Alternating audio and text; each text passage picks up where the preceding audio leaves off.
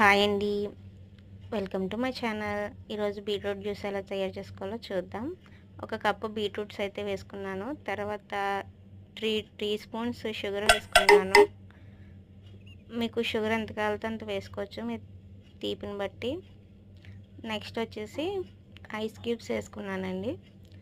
Ice cubes వేసుకున్నాక ఒక cup milk వేసుకున్నాము.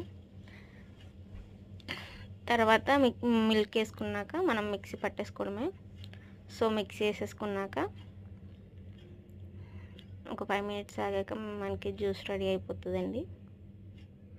చాలా సింపుల్ వేలో మనం జ్యూస్ రెడీ చేసుకుంటున్నాం అనమాట. 5 మినిట్స్లో జ్యూస్ రెడీ అయిపోతుంది మనకి ఇంట్లోనే. సేమ్ బయట ఉన్న టేస్ట్ మనకు వస్తుంది.